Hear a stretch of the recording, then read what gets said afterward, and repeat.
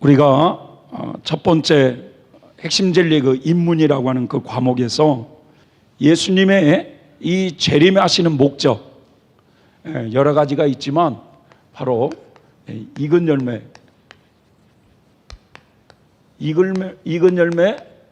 추수하기 위해서 오신다 라는 말씀을 우리가 많이 배웠어요.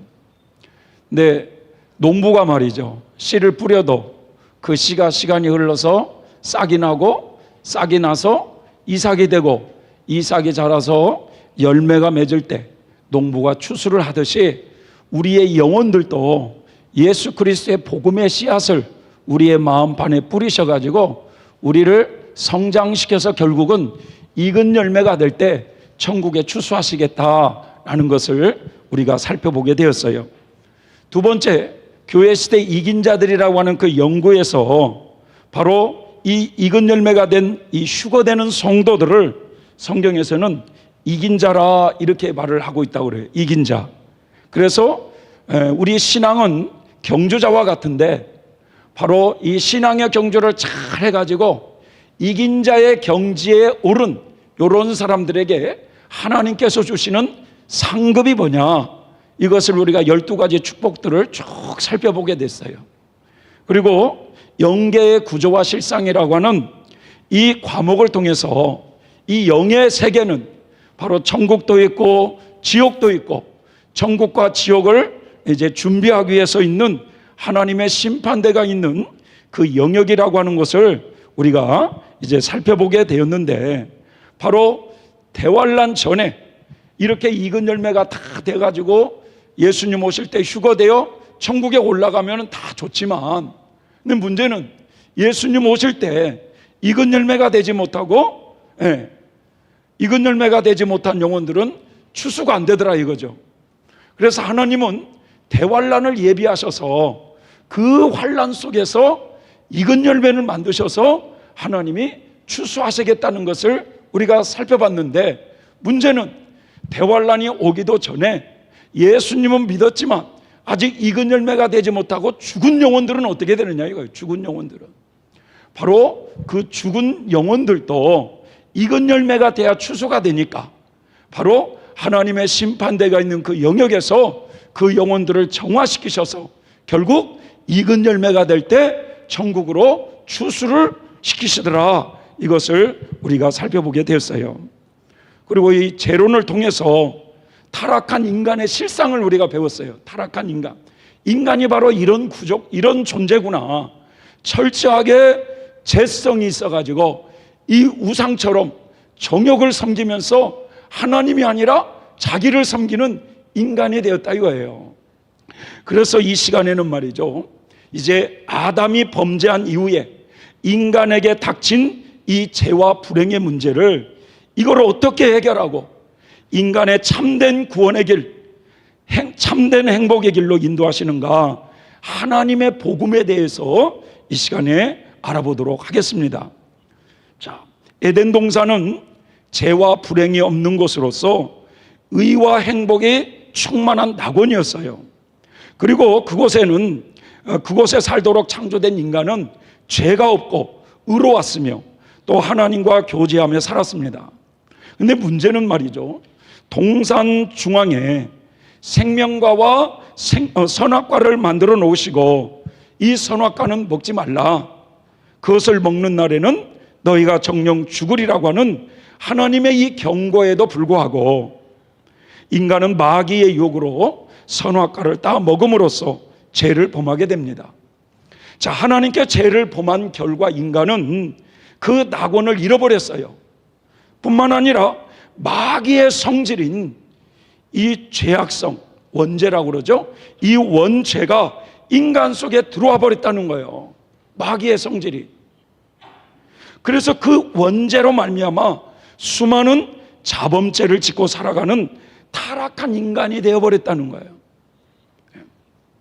자, 그 결과 인간 세계에는요, 끊임없는 분쟁, 살인, 전쟁, 온갖 죄악이 홍수의 홍수를 이루면서 지금까지 왔어요. 지금까지 인류에게 임한 이 죄와 불행의 문제를 해결해 보고자 이 세상에는 수많은 종교가 등장하고 또 철학이 등장했어요. 세상에는 많은 종교가 있어요. 그 중에서도 가장 대표적인 종교라고 한다면 기독교, 또 불교, 또 유교, 또 이슬람, 이런 종교들이에요. 이런 종교를 고등종교라고 그래요. 고등종교. 근데 저 무당집 가서 점치는 이런 건 종교라고 하지 않아요. 그건 하등종교라고 그래요. 하등종교. 예? 근데 이 고등종교는 뭔 특징이 있느냐? 자기 희생, 자기 부인이 있어요. 자기 부인. 불교에도 자기 부인이 있어요, 없어요? 마누라 얘기하는 거 아니에요? 자기를 부인하는 거. 예, 불교에 있습니까, 없습니까? 유교에 있어요, 없어요? 이슬람 있어요, 없어요? 기독교 있어요, 없어요? 있잖아요. 이런 종교를 고등종교라고 그래요. 자, 우리 기독교 외에 타 종교에서는 과연 인간의 이 죄와 불행의 문제를 어떻게 해결하는지 이 시간 비교 분석하면서 하나님의 참된 이 복음을 공부해 보도록 하겠습니다. 자, 불교에 찾아가서 사람이 어떻게 하면 죄와 불행의 문제를 해결받고 극락에 갈 수 있습니까? 라고 물어보면 불교에서는 뭐라고 답을 할 것 같습니까, 여러분?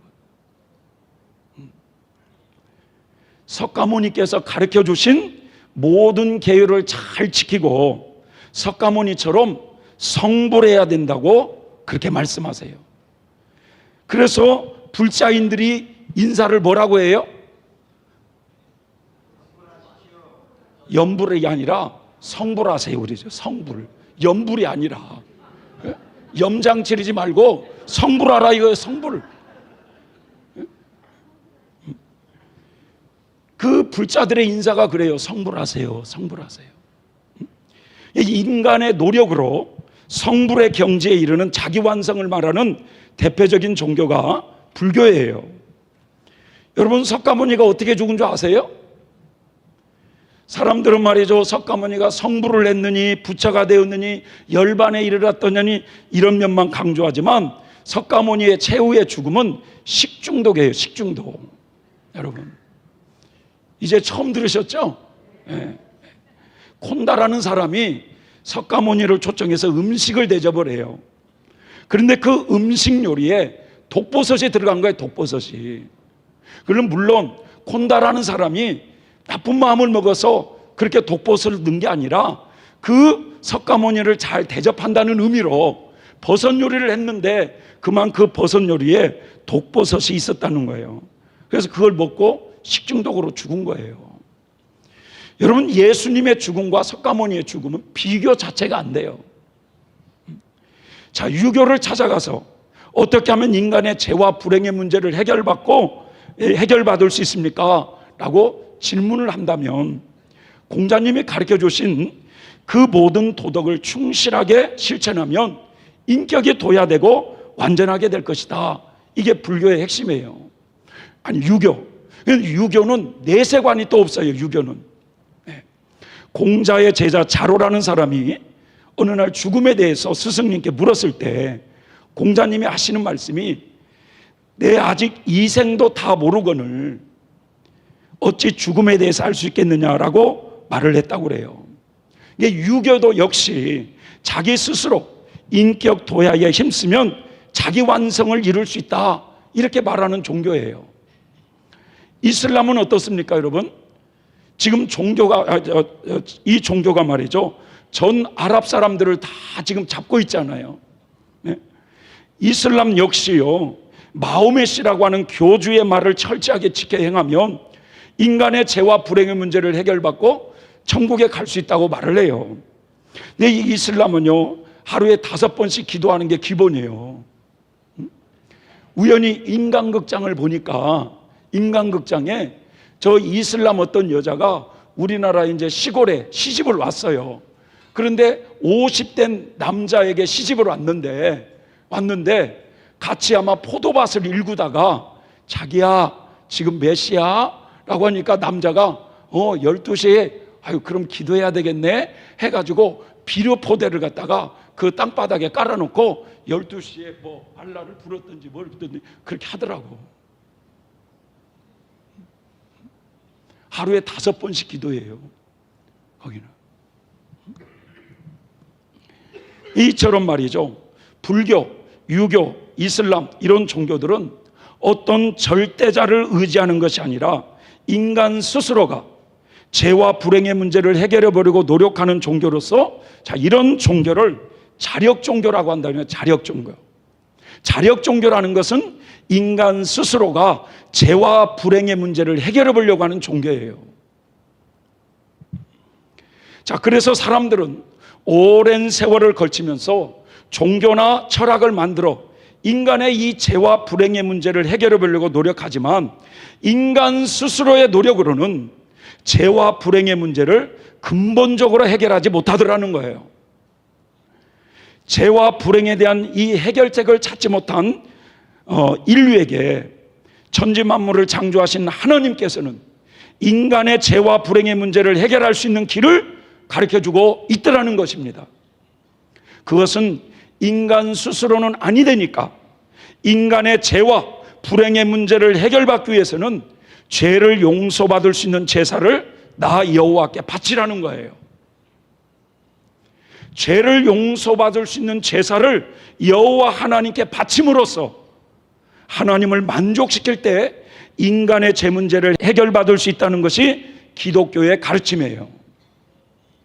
자, 불교, 유교, 이슬람 이런 종교들은 하나같이 인간 스스로가 계율을 지켜야만 그 종교마다 가지고 있는 목표에 도달한다고 하는 자력 종교에 반해 이 기독교는요, 인간 스스로는 안 되니까 인간 스스로는 죄와 불행의 문제를 해결할 수 없기 때문에 타력에 의해서 죄 문제를 해결받고 천국에 들어가는 길을 제시하고 있는 철저한 타력 종교다 이거예요. 이처럼 종교는요, 자력 종교와 타력 종교로 구분해 볼 수가 있는데 우리 기독교는 철저한 타력 종교라는 거예요. 죄를 용서받을 수 있는 제사를 하나님께 드림으로써 하나님을 만족시킬 때 인간의 죄와 불행의 문제가 해결받을 수 있기 때문에 기독교를 제사 종교라고도 해요. 제사, 하나님께 제사를 드리는 종교. 또 전적인 하나님의 은혜로 인간의 죄 문제가 해결된다 하여서 은혜의 종교라고도 하는 것입니다. 그래서 우리 기독교는 타력 종교요, 제사 종교요, 은혜 종교라고 말을 하는 거예요. 자, 그런데 문제는요, 하나님께 드려지는 제사 자체도 인간 스스로 너희들이 알아서 제사를 바치라 라고 이렇게 했다면 어떤 일이 벌어지느냐? 어떤 사람은 소머리 놓고 제사를 드리는 사람도 있을 것이고, 어떤 사람은 돼지 머리에다가 그 돈 막 10,000원짜리 끼워 넣어가지고 거기다가 제사를 드린 사람도 있을 것이고, 또 성경에 보면은 인신제, 자기 아들을 제물로 바쳐가지고 인신제사까지 드리는 사람들도 있어요. 그런데 말이죠, 이렇게 별의별 제사들이 다 등장을 하는데, 그런데 우리 기독교는 제사 방법조차도 인간이 알아서 드리라는 것이 아니라 하나님께서 친히 가르쳐 주시고 있다는 거예요. 그렇다면 인간의 이 죄와 불행의 문제를 해결하기 위해서, 제가 계속 죄와 불행이란 말을 쓰는데 예배소서에는 이 죄와 불행을 죄와 허물이라고 말을 해요. 죄와 허물. 그리고 우리가 진리로 말하면 원죄와 자범죄예요. 원죄와 자범죄. 자, 이 죄와 불행의 문제를 해결받기 위해서 하나님께서 친히 가르쳐 주신 제사 방법들이 뭐냐 이거예요. 자, 먼저는 이 땅에 예수님이 오시기 전 구약 시대를 우리가 한번 생각해 보세요. 구약 시대. 자, 창세기 3장을 보면 아담과 하와가 하나님께서 먹지 말라 하신 선악과를 따먹고 죄를 짓고 난 뒤에 그들의 눈이 밝아져요. 그러면서 자기들의 벌거벗고 있다는 것을 깨닫고 자기들 스스로가 무화과 잎을 엮어 몸을 가리지 않습니까? 하지만 그것으로는 안 되기에 하나님께서 친히 동물 가죽으로 아담과 하와의 부끄러움을 가려주었다고 말하고 있어요. 여러분, 이것이 복음이라는 거예요. 인간이 죄를 범했을 때 하나님이 인간을 찾아와서 인간의 죄를 가려우시는 것, 이것이 하나의 예표인데, 하나님께서 동물의 가족으로 인간의 부끄러운 부분을 덮어주었을 때 동물이 죽어야 함을 암시하고 있는 거예요. 창세기 4장에 이르렀을 때 아담과 하와가 죄로 인해서 낙원에서 쫓겨나서 두 아들을 낳게 되는데 가인과 아벨을 낳죠. 자, 가인은 농사를 진 사람이었고 아벨은 양을 치는 사람이었는데, 어느 날 가인은 농산물을 가지고 하나님께 예물을 드리고 아벨은 양의 새끼를 가지고 하나님께 제물을 바쳤을 때 하나님은 아벨의 제물만 받으셨어요. 자, 왜 가인의 제사를 받지 않았느냐 이거예요. 정성이 부족해서 그랬을까요? 믿음으로 드리지 않아서 그랬을까요? 그런 것은 다 뒷전이에요. 하나님은 창세전부터 짐승을 통해서 인간의 죄를 용서해 주신다는 것을 암시하고 있다는 거예요. 그래서 짐승의 첫 새끼로 드린 그 아벨의 제물을 하나님이 받으신 거예요. 이것이 이제 세월이 흘러서 모세 시대에 이르러서 하나님은 하나님의 백성을, 이스라엘 백성을 하나님의 백성으로 택하셔요. 그리고 그들에게 하나님을 섬기는 율법을 주셔요. 그리고 하나님을 섬기는 성막도 지으라고 만들라고 말씀하셨어요. 자, 그들이 이제 하나님을 섬기면서 죄를 범하게 될 때 짐승을 통하여서 어떻게 죄 용서함을 받는지 구체적으로 알려주시고 있어요. 그래서 이 짐승을 통해서 죄를 용서하는 제사법이 레위기에 기록이 되어 있어요. 그래서 구약은 모형에 불과해요. 모형에. 자, 신약 시대에 이르러서 그 짐승 대신에 예수 그리스도를 통해서 실제적인 속지 않은 제사 방법이 히브리서에 산발적으로 기록이 되어 있습니다. 구약은 신약의 모형이고 그림자라고 했기 때문에 이 구약의 모세를 통해서 보여준 이 모형적 속지 않은 제사를 기준으로 예수 그리스도를 통한 실제적 속지 않은 제사에 대해서 세밀하게 연구하게 되면, 인간의 죄와 불행의 문제를 하나님께서 이렇게 해결하시는구나 라는 진리를 바르게 깨달을 수가 있다라는 거예요. 아멘이십니까 여러분? 그래서 이제 구약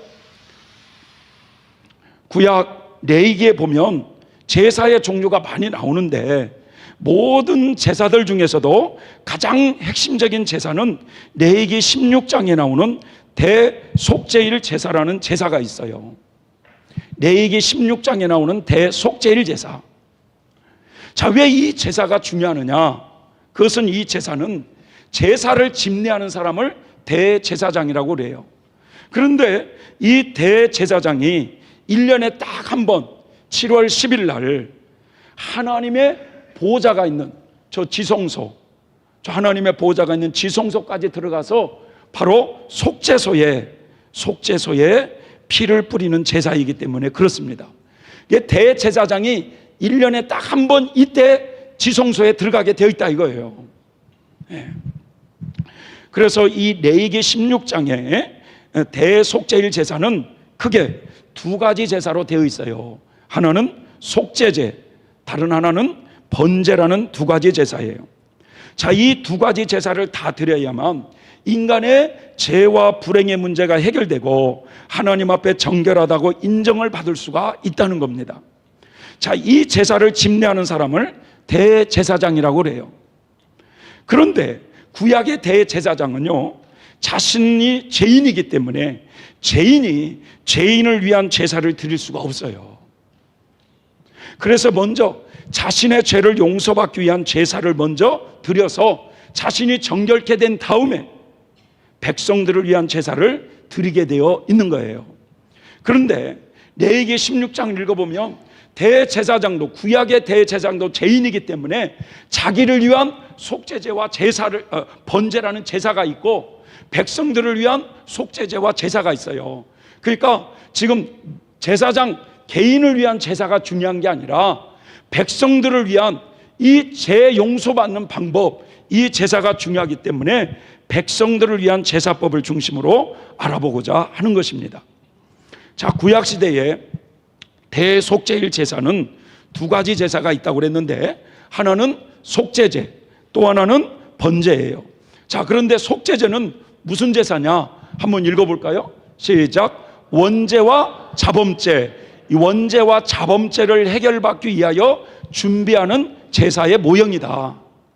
그 다음에 번제라는 제사는 시작. 속죄제를 드려서 준비된 은총을 실제적으로 나에게 적용하는 제사가 번제라는 제사예요. 반드시 이 두 가지 제사를 드려야 온전한 제사라고 할 수가 있습니다. 자, 이제부터 그럼 이 구약 시대에 백성들의 죄 문제를 해결받기 위해서 드려진 이 대속죄일 제사에 대해서 우리가 한번 살펴볼 텐데, 첫 번째로 구약의 속죄제가 어떻게 드려졌는가라는 것을 먼저 공부를 해보고자 하는 겁니다.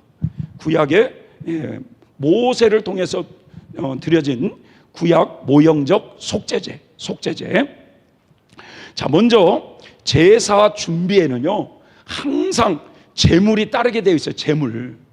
근데 성경 레위기 16장을 보면 속죄 제물로 백성들의 원죄와 자범죄를 해결받기 위해서 속죄 제물이 필요했는데, 이 속죄 제물로 하나님이 수염소 2마리를 준비하라고 말씀을 하세요. 수염소 몇 마리요? 수염소 2마리를 준비하라는 거예요. 근데 왜 수염소 2마리를 준비하라고 하시느냐? 한 마리는 하나님께 드려질 제물이라는 거예요. 하나님께. 그리고 또 한 마리는 아사셀에게 드려질 제물이라는 거예요. 도대체 이 아사셀이 뭐냐? 모세 당시에 그 시내반도에서 불려진 귀신의 이름이에요. 귀신의 이름. 이게 마귀 사탄의 이름이에요. 그러니까 수염소 2마리 중에 한 마리는 하나님께 드려질 제물이고, 또 한 마리는 마귀에게 드려질 제물이라는 거예요. 그리고 이 제물은 말이죠, 흠이 없어야 된다는 거예요. 흠이. 만일 제물이 흠이 있으면 하나님께서 받지를 않는다는 거예요. 눈알이 빠졌다거나 무슨 다리를 전다거나 병이 들었다거나 그런 제물은 아무리 많은 제물을 바쳐도 하나님이 받지를 않는다는 거예요. 반드시 흠이 없는 제물로 드려야만 된다, 이거예요. 아멘이시죠? 자, 두 번째로는 말이죠, 뜰의 번제소라고 하는 게 있는데, 여기 보면 성막 밖을 뭐라고 그러냐? 요 성막 밖을 뭐라고 그러냐? 뜰이라고 그래. 뜰. 요 뜰에는 번제단이 있고 물두멍이 있고 번제소가 있는데, 요 뜰의 번제소, 여기서 제물을 잡았어요. 아무 데서나 제물을 잡는 것이 아니고 하나님께서 제물을 잡으라는 지정된 장소가 있다는 거예요. 그래서 제물을 잡는 장소, 바로 뜰의 번제소가 그곳에서 제물을 잡는다. 자, 이해되시죠? 세 번째로는 제사를 집례하는 사람이 있어요. 제사를 집례하는 사람. 이런 사람을 대제사장이라고 말한다는 거예요. 대제사장.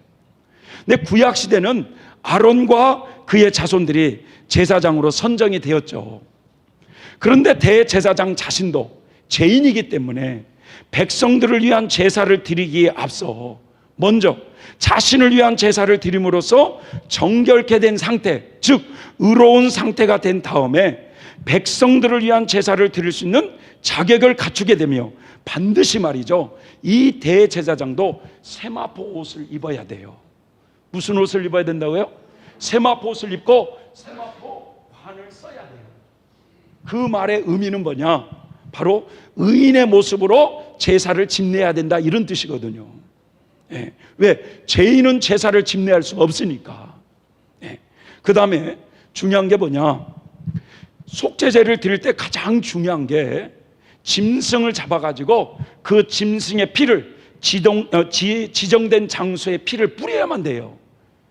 피 뿌림이 없으면 제사함이 없는 거예요. 그래서 이 제물의 피를 반드시 지정된 장소에 뿌려야만 정결케 되는데, 그 피를 어디에 뿌리느냐 이거예요. 어디에다? 그것은 바로 하나님의 보좌가 있는 요 법궤의 뚜껑을 속죄소라고 그래요. 속죄소. 요 속죄소에 피를 뿌리게 되어 있다 이겁니다. 그래서 성막의 속죄소는 피를 뿌리는 장소예요. 자, 이렇게 제사를 드릴 준비를 이제 다 갖추게 되면 이제 제사를 진행하게 되는데, 구약에 이 속죄제라고 하는 제사가 어떻게 진행되었는지 한번 이제 보세요. 먼저 대제사장이라는 사람은요, 요 물두멍에서 물을 떠가지고 요 성소로 들어가요. 자, 요 성소로 들어가서 먼저 자기가 입고 있었던 대제사장복 있잖아요. 그것을 다 벗고 물로 몸을 씻은 다음에 이제 세마포 옷과 세마포 관으로 쓰고 나오는 거예요. 자, 물두멍에서 물을 떠가지고 들어가서 자기가 입고 있었던 대제사장 복을 내려놓고 벗고 물로 몸을 다 씻은 다음에 세마포 옷으로, 하얀 옷으로 갈아입고 모자를 딱 쓰고 나온다. 이해되시죠? 그러면은 이제 제물이 아까 2마리였었잖아요. 하나는 여호와께, 하나는 마귀에게. 이 드려질 제물을 딱 구분해 주는 거야. 요 제물은 여호와께 드릴 제물, 요 제물은 아사셀에게 드릴 제물. 딱 구분을 딱 해주면 요 번제소에서 제물을 잡는 장로들이 있어요. 요 장로들이 여호와께 바칠 제물을 딱 잡는 거야. 이제 이해되시죠? 그런 와중에 바로 대제사장은 요 번제단에서 향로 하나를 들고 이 번제단에 가서 불씨를 그 향로에 담아. 그러면 연기가 모락모락 날 거 아니에요? 그 향로를 들고 어디로 들어가느냐? 성소를 지나서 요 지성소로 들어가요. 갖고 요 지성소에 그 향로를 여기다 놓으면 그 향 연기가 이 지성소를 가득 채울 거 아니에요. 예? 가득 채우잖아요. 그리고 나오는 거예요. 그러니까 제일 먼저 지성소의 향연이 가득 채워지도록 그렇게 하고 제사가 진행되게 되어 있다, 이런 뜻이거든요. 자, 이제 그렇게 해서 이제 나왔어요. 뜰로 나와서. 그러면은 속죄 제물로 여호와께 바쳐질 제물은 이미 장로들이 딱 잡아가지고 피를 그릇에 딱 받아놔요. 그릇에. 그러면 그 피를 들고 하나님의 보좌가 있는 이곳에 들어가서 속죄소의 피를 한 번을 뿌리게 되어 있어요. 그리고 속죄소 앞에 피를 7번 그렇게 피를 뿌리게 되어 있습니다. 자, 속죄소 위에 한 번 피를 뿌리는 것은 백성들의 허물, 즉 자범죄를 용서해 주시기 위한 의미예요.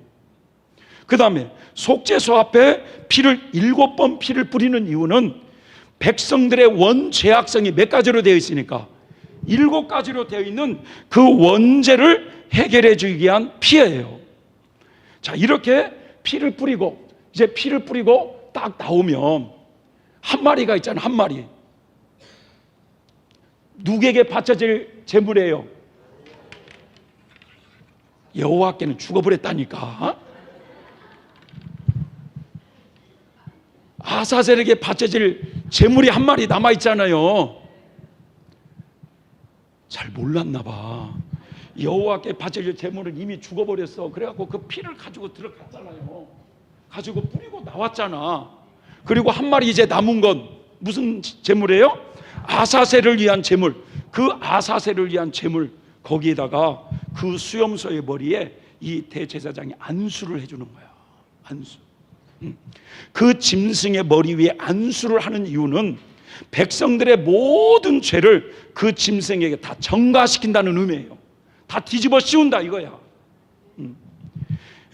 그런 다음에 미리 준비한 사람을 시켜가지고 그 아사셀을 위한 수염소는요, 성막도 이스라엘 백성들도 보이지 않는 광야 무인지경으로 끌고 가가지고 그 짐승이 다시는 돌아올 수 없는 낭떠러지 같은 곳에 산채로 버리게 해버리는 거예요. 짐승이 다시는 돌아올 수 없도록. 그런 후에 대제사장은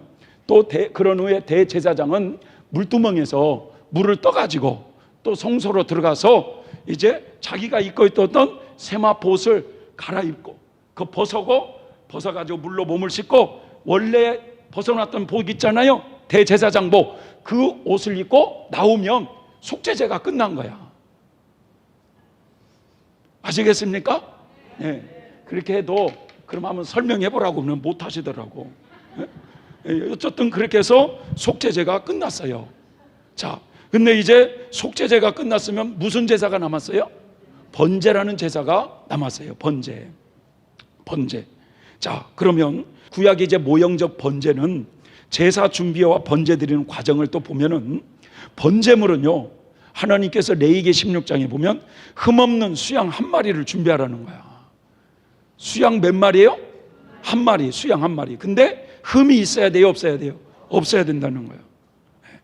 속죄제를 끝마친 다음에 제 뜰로 나온 대제사장은 이 번제물인 흠없는 수양 한 마리를 저 번제단이라고 있잖아요, 저 번제단, 그 위에다 올려놓고 불로 완전히 태움으로써 번제는 끝나버려요.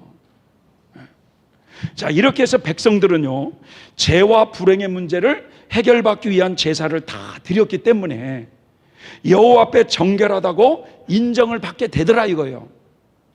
자, 하나님께서 이스라엘 백성들에게 1년에 1차 한 차례씩 7월 10일이 되면 이 제사는 영원히 지킬 규례라고 말씀을 하시는 거예요.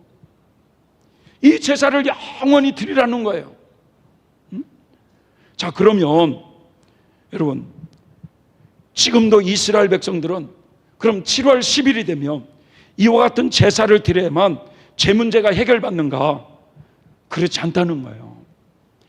구약의 이 제사법대로 이스라엘에서도 이런 제사를 드리냐고 누구한테 한번 물어보니까 요즘은 이렇게 드리는 게 아니라 닭 잡아서 드린대요. 닭 잡아서.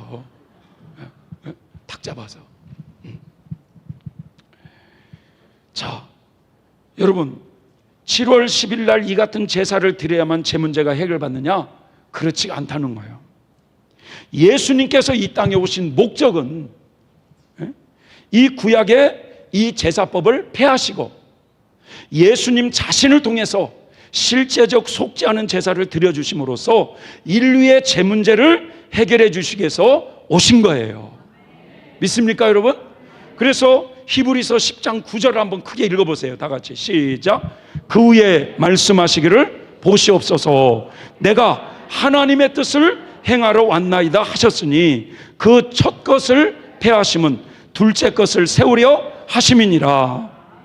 자, 예수님께서 하나님의 뜻을 행하러 이 땅에 오셨는데 첫 것을 폐하셨다고 그러잖아요. 요 첫 것은 구약의 짐승을 통해서 드려지는 제사법이었다 이거예요. 이제 요 제사법을 폐하시고 이제는 예수님 자신을 통해서 둘째 것을, 즉 실제적 속죄하는 제사를 드리기 위해서 오셨다는 거예요. 이처럼 구약 시대는 인간의 죄와 불행의 문제를 해결받기 위해서 짐승을 통해서 죄 문제를 해결했다면 이것은 예수 그리스도에 대한 그림자였다 이겁니다. 그림자. 그래서 구약은 짐승의 피가 흐른다고 한다면 신약은 예수의 피가 흐르는 거예요. 아멘이세요? 네. 그래서 이제부터 이제 예수 그리스도를 통해서 실제적 속죄하는 제사가 어떻게 이루어졌느냐, 이것을 우리가 한번 살펴보고자 하는 것입니다. 여러분, 이제 신약 시대에 실제적 속죄하는 제사, 자, 이 실제적 속죄하는 제사는 구약의 속죄하는 제사 그대로 이루셨기 때문에 이 구약의 제사와 반드시 짝으로 풀어야만 이걸 이해하게 되어 있어요. 예수님을 통한 실제적 속죄하는 제사는요, 여러분, 우리의 죄 문제를 해결하기 위한 거룩한 제사이기 때문에 내 자신이 직접 참여하는 마음으로 임해야 하는 것입니다. 나의 죄 문제를 해결하기 위해서 예수님이 이렇게 죽으셨구나, 이런 마음으로 참여를 해야 된다 이거예요. 예? 실제적 속죄하는 제사 역시 속죄제와 번제로 되어 있어요. 그럼 먼저 속죄제에 대해서, 실제적 속죄제에 대해서 먼저 속죄 제물을 한번 생각해 봅시다. 여러분, 구약 시대에 속죄 제물은 수염소 몇 마리였어요? 2마리였잖아. 속죄 제물에, 자, 구약 시대의 속죄 제물 수염소 몇 마리요? 2마리요. 수염소 2마리. 자, 그렇다면 신약 시대에 인간의 이 죄와 불행의 문제를 해결하기 위한 실제적 속죄 제물은 과연 무엇일까 이거예요. 속죄 제물은 반드시 흠이 없어야 된다고 했습니다. 흠이 없다고 하는 것은 제물이 온전해야 된다 이거예요. 죄가 없어야 된다는 이 말이에요. 그렇다면 아담이 범죄한 이후에 여러분, 모든 인간은 마귀의 성질인 원죄를 가지고 태어나기 때문에 모두가 다 흠이 있는 죄인이라고 성경은 말씀하고 있는데, 그렇다면 과연 어느 누가 인류의 죄 문제를 해결할 수 있는 속죄 제물이 될 수가 있느냐 이거예요. 석가모니께서 인류의 속죄 제물이 될 수 있을까요? 크게 해보세요. 소크라테스가 인류의 속죄 제물이 될 수 있을까요? 석가모니가 말이죠, 하나님, 인류의 죄 문제를 해결받기 위하여 속죄 제물로 저를 바치기를 원합니다. 저를 받아주십시오라고 한다고 하면 하나님이 그걸 받으시겠느냐? 결코 받을 수가 없다는 거예요. 왜냐?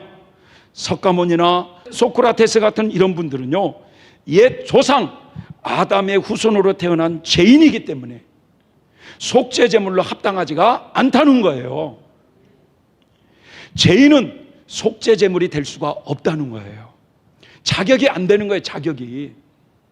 그렇다면 인류에게 여러분, 속죄 제물이 없기 때문에 이 죄 문제를 해결하지 못하고 절망에 빠질 수밖에 없었는데, 바로 이 천지 만물을 창조하신 하나님께서는 이 땅에 속죄 제물을 보내주셨다는 사실입니다, 여러분. 그분이 누구셔요? 예수 그리스도라는 거예요.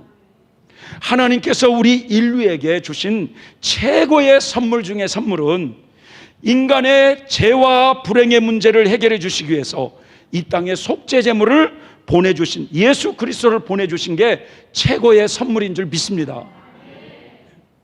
그래서 요한일서 4장 9절에 이런 말씀을 하고 있어요. 다 같이 큰 소리로 한번 읽어봅시다. 시작. 하나님의 사랑이 우리에게 이렇게 나타난 바 되었으니 하나님이 자기의 독생자를 세상에 보내심은 저로 말미암아 우리를 살리려 하심이라. 사랑은 여기 오직 하나님이 우리를 사랑하사 우리 죄를 위하여 화목제로 그 아들을 보내셨음이니라. 아멘.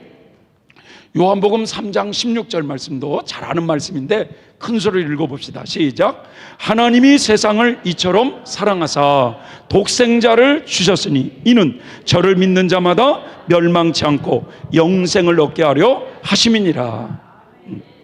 자, 하나님께서 인류의 죄 문제를 해결하기 위하여 속죄 제물로 이 땅에 예수님을 보내주셨다는 거예요. 자, 그것이 하나님의 사랑이라는 거예요. 하나님의 사랑과 우리가 생각하는 하나님의 사랑은 좀 하늘문을 열어주고 돈다발을 좀 팍팍 때려줘봐줘, 이게 하나님의 사랑이라고 생각하는데, 하나님이 보는 관점에 우리 인간의 그 불행의 문제, 죄의 문제를 해결하기 위해서 이 땅에 속죄 제물을 보내주신 게 하나님의 사랑이라 이거예요. 여러분, 그런데 인류의 속죄 제물로 이 땅에 오신 예수님이 만약에 요셉과 마리아라고 하는 부부 사이에 태어나게 하셨다면 인류의 속죄 제물이 될 수 있을까요? 없을까요? 없어요. 그렇게 태어났다고 한다면 그 또한 원죄를 물려받은 죄인이기 때문에 소크라테스나 석가모니와 다를 바가 없는 거예요. 그렇기 때문에 하나님은 죄가 없는 온전한 의인으로, 죄가 없는 온전한 의인으로 흠없는 속죄 제물이 되게 하기 위하여 예수님을 여러분 처녀의 몸에 성령으로 잉태시켜 버렸다는 거예요. 처녀의 몸에 남자의 정자를 해서 사람을 이렇게 잉태하게 한 게 아니라 성령으로 잉태를 시켜버렸다 이거예요. 아멘이셔요? 그래서 이 동정녀의 몸에 성령으로 잉태케 하여 죄가 없이 이 땅에 탄생하시게 하신 거예요. 할렐루야. 그래서 이 땅에 태어난 사람 중에 오직 죄가 없는 온전한 의인은 예수 그리스도밖에 없습니다, 여러분. 이렇게 인류의 죄 문제를 해결하기 위한 속죄 제물을 준비가 된 거예요. 속죄 제물이. 자, 그분이 누구셔요? 예수 그리스도십니다. 예수님 외에는 그 어떤 사람도 안 되는 거예요. 그래서 사도행전 4장 12절 큰 소리로 시작. 다른 이로서는 구원을 얻을 수 없나니 천하 인간에게 구원을 얻을 만한 다른 이름을 우리에게 주신 일이 없음이니라. 이 예수님 외에는 안 된다는 거예요. 자, 그런데 구약의 속죄 제물은 수염소 몇 마리였어요? 2마리였는데 신약의 속죄 제물은 예수님이라면 한 분이시잖아요. 그럼 이걸 어떻게 우리가 이해할 수 있느냐? 이것은 예수님이 수염소 2마리의 역할, 즉 1인 2역을 감당하셨다는 걸 알아야 돼요. 왜냐하면 구약의 수염소 2마리 중에 한 마리는요, 마귀에게 바쳐진 제물, 아사세를 위한 제물이었죠. 이 아사세를 위한 제물은 뭐냐? 백성들의 죄를 다 뒤집어 써가지고 산채로 버림을 당하는 그런 제물이잖아요. 그리고 여호와를 위한 속죄 제물은 죽어야 안 죽어요? 죽어가지고 피를 다 흘리는 제물로 바쳐지잖아요. 요 2가지 사명을 예수님이 십자가상에서 이루셨다 이거예요. 자, 아사세를 위한 속죄 제물로 예수님께서 어떻게 산채로 버림을 당하셨습니까? 십자가에 달려 돌아가시기 전에 바로 산채로 버림당하시며 부르짖는 소리가 뭐였어요?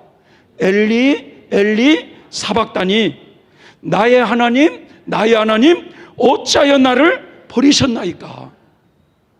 하나님으로부터 산채로 버림을 당하는 모습이에요. 이게 예수님께서 아사세를 위한 속죄 제물이 되었다고 하는 것은요, 예수님이 온 인류의 죄를 다 뒤집어 쓰고 마귀를 만족시키는 제물이 되었다는 뜻이에요.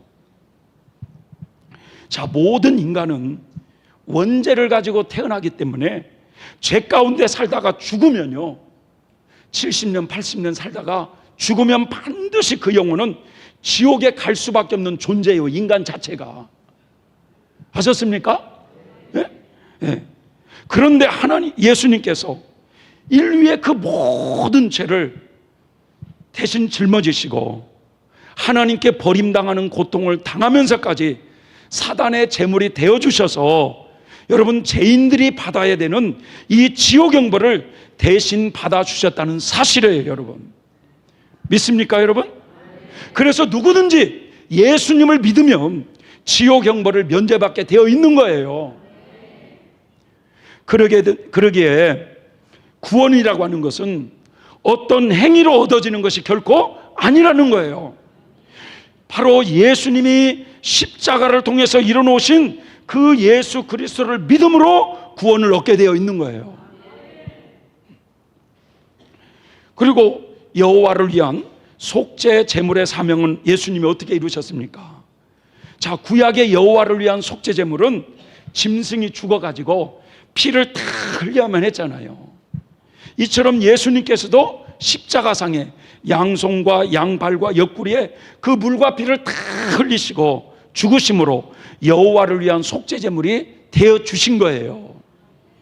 이처럼 예수님은 십자가상에서 2가지의 이 속죄 제물의 사명을 감당하신 것입니다. 그래서 인류의 죄 문제를 해결하기 위한 속죄 제물은 십자가에서 버림당하시고 죽으신 예수 그리스도라는 거예요.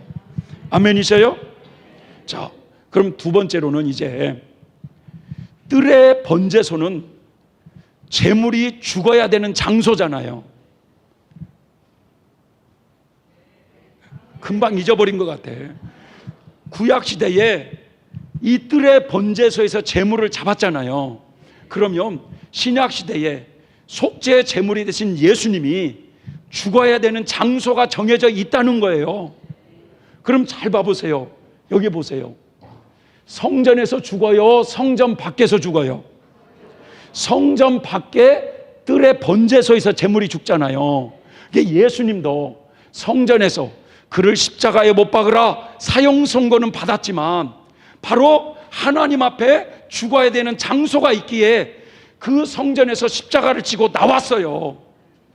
그래서 이 제물이 죽어야 되는 장소, 뜰의 번제소가 어디냐? 골고다 언덕이었다는 거예요. 골고다 언덕. 뜰의 번제소는 어디라고요? 골고다 언덕. 제물이 죽어야 되는 장소. 자, 세 번째로는 백성들의 죄를 정결케 한 제사를 집례하는 대제사장이 있어야 되잖아요. 대제사장이. 그런데 구약시대에 요 대제사장의 사명을 감당하기 위해서는 자신을 먼저 정결케 하는 제사를 드린 후에 반드시 세마포 옷과 관을 쓰고 백성들을 위한 속죄제를 드리게 되어 있습니다. 이 말의 의미는 대제사장도 역시 의인이어야만 된다, 이런 뜻이거든요.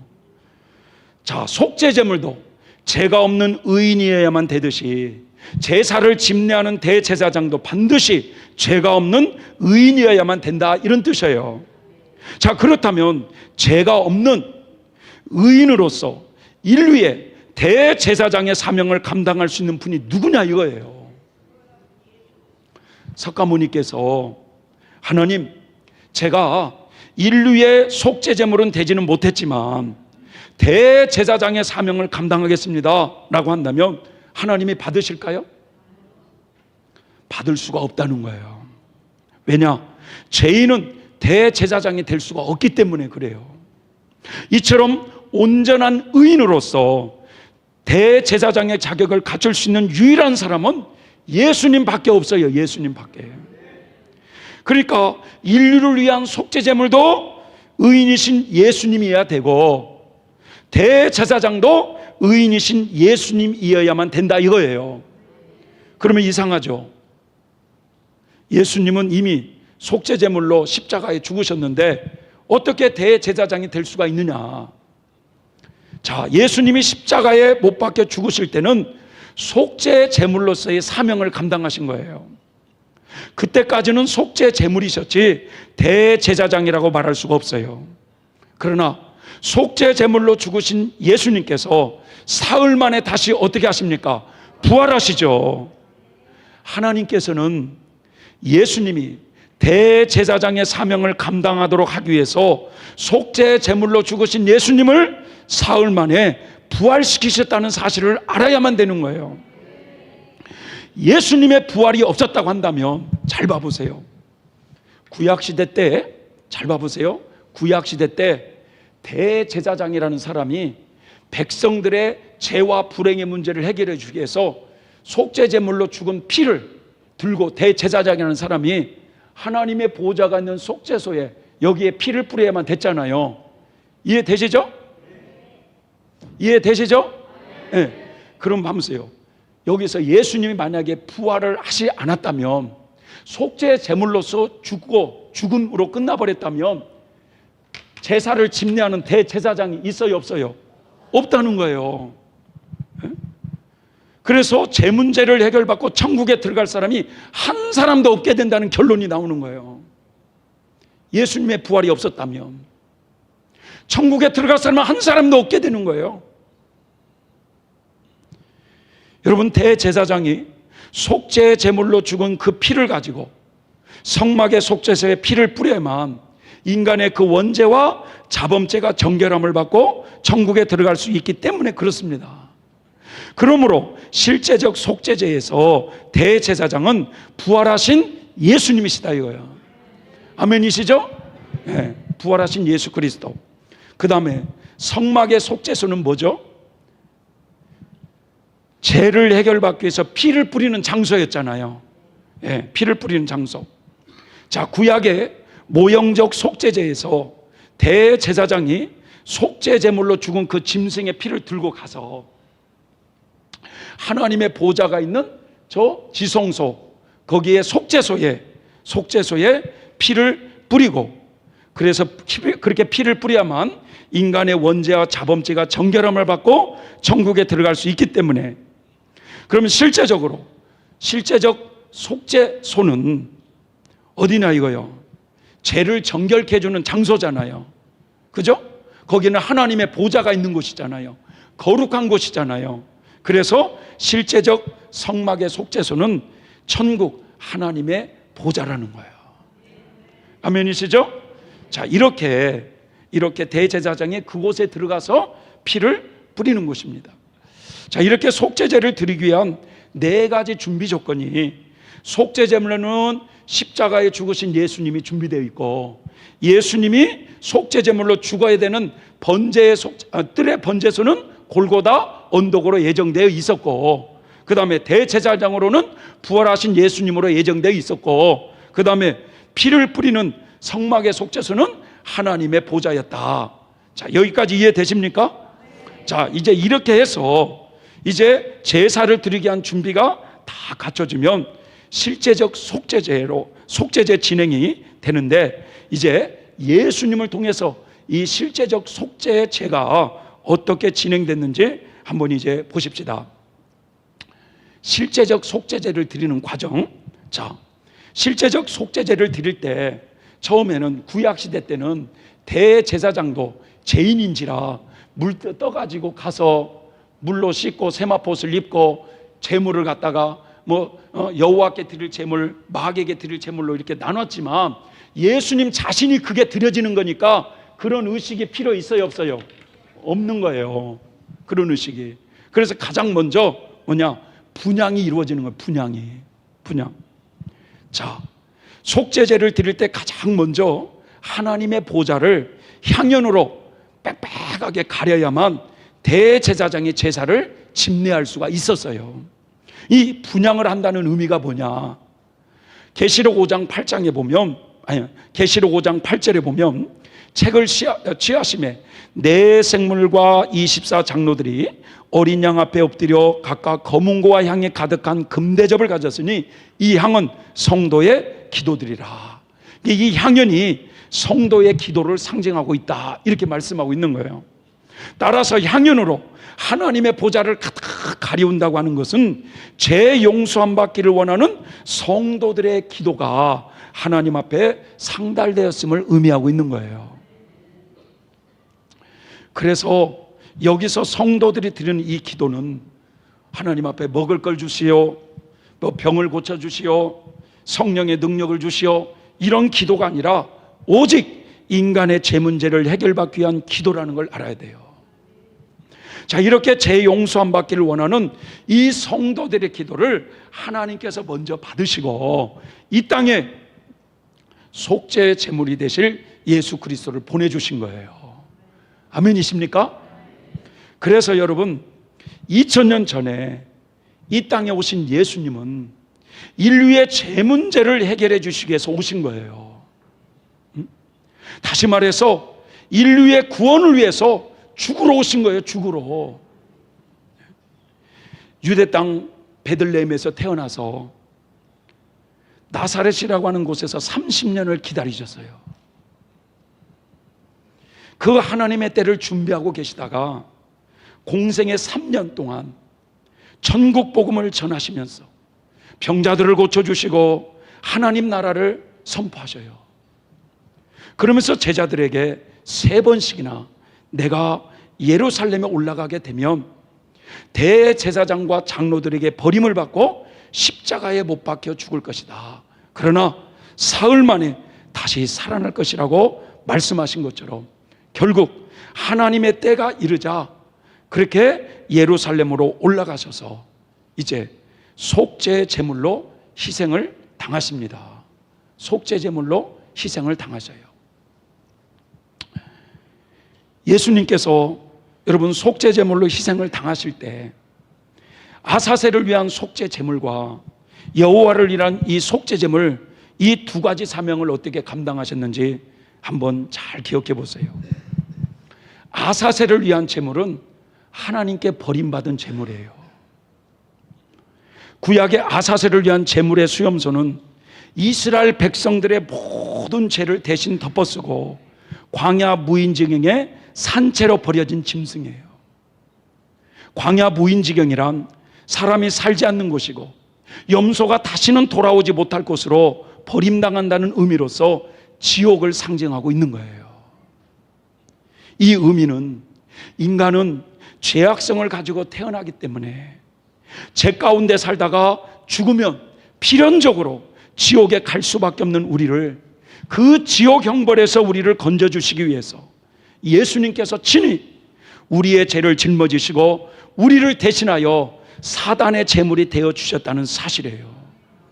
여러분, 이게 얼마나 놀라운 기적입니까? 여러분,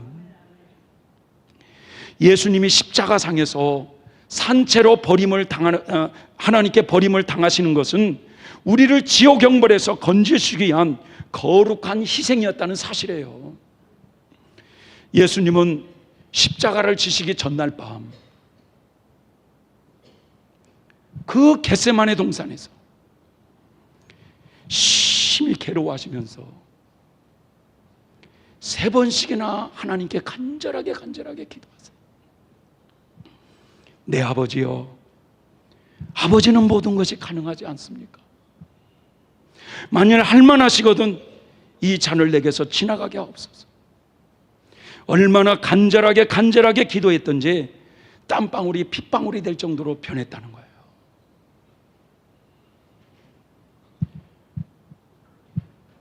이 잔을 내게서 지나가게 해달라고 기도했지만 하나님은 당신의 그 독생자 예수가 인류의 모든 죄악이 담겨있는 그 잔을 마시기를 원하셨어요.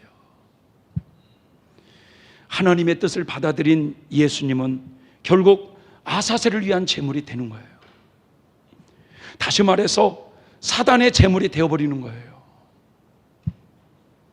대제사장인 가야바에게 신문을 받을 때 얼굴에 침뱉음을 당해요. 주먹으로 뺨을 맞아요.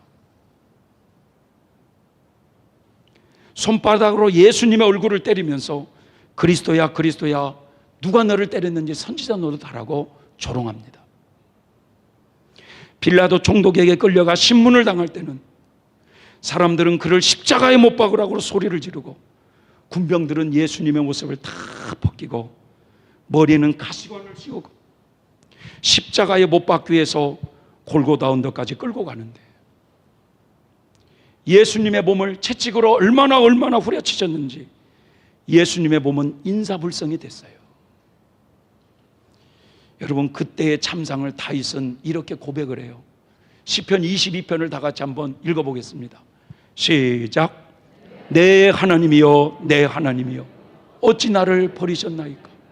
어찌 나를 멀리하여 돕지 아니하옵시며 내 신음하는 소리를 듣지 아니하시나이까?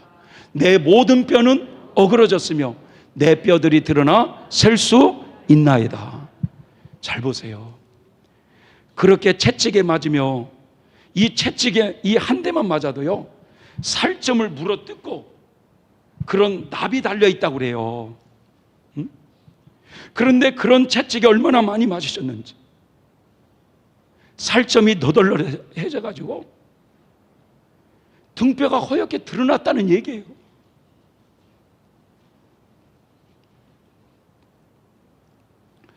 등뼈가 셀 수가 있게 되었다는 거예요. 등뼈가 살점이 다 떨어져 가지고 예수님의 등뼈가 허옇게 드러났다는 얘기예요.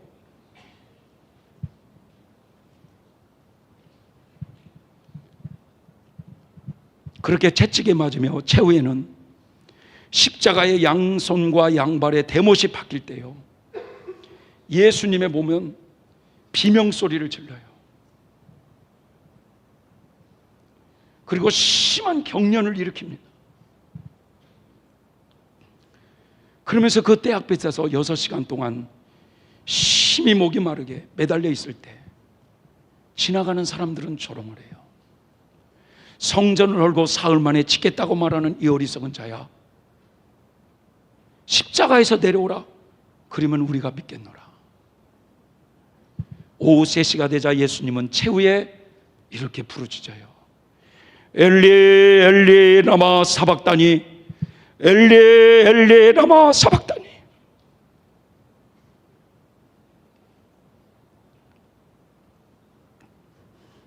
나의 하나님, 나의 하나님, 어찌하여 나를 버리셨습니까?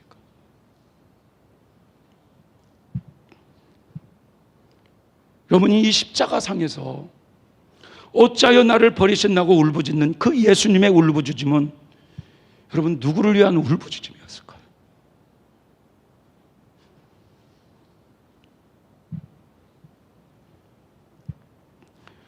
등뼈가 하얗게 드러나기까지 채찍으로 매를 맞으면 누구를 위한 매맞음이었고, 온갖 조롱과 수치를 당하는 것은 과연 누구를 위한 조롱과 수치였습니까? 나 같은 죄인을 지옥 형벌에서 건지시기 위한 거룩한 희생이었다는 거예요.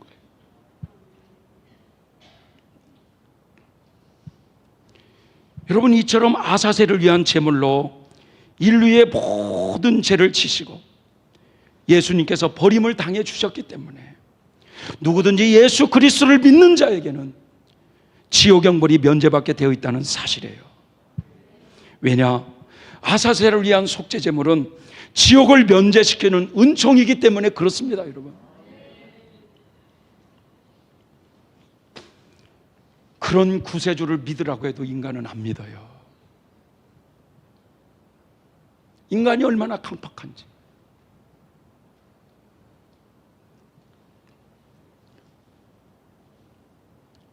두 번째로 여호와를 위한 피 흘려 죽으신 예수님을 한번 생각해 보십시다. 예수님은 산채로 하나님으로부터 버림당하는 고통을 당하시면서까지 피 흘림이 없이는 죄 사함이 없다는 이 말씀을 이루시기 위해서 여호와를 위한 속죄 제물로서 십자가에서 물과 피를 온전히 다 흘려 죽으셔요. 아사셀을 위한 속죄 제물은 인류를 지옥에서 건지기 위한 제물이었다고 한다면, 이제 여호와를 위한 속죄 제물은 지옥에서 건짐받은 성도들의 원죄와 자범죄를 정결케 하여 천국에 들어갈 준비를 완성시켜주는 제물이기 때문에 예수님은 물과 피를 온전히 흘려 죽어주신 것입니다. 여러분, 2000년 전 예수님께서 저 골고다 언덕에서 아사셀을 위한 속죄 제물과 여호와를 위한 속죄 제물의 사명을 온전히 감당하셨는데, 이 두 가지 사명은 십자가에서 동시에 이루어진 사건이에요. 그러니 여러분, 저와 여러분들은 이 십자가를 바라볼 때는 우리는 그 예수님의 이 두 가지 사명을 깊이 묵상할 줄 알아야 되는 거예요.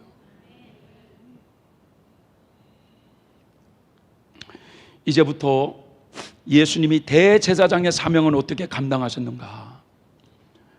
자, 예수님께서요, 십자가의 죽으심으로 인류의 속죄 제물로서의 사명을 온전히 감당하신 후에 이제 죽은 지 사흘 만에 부활하심으로 인류의 대제사장의 자격을 얻게 된 거예요.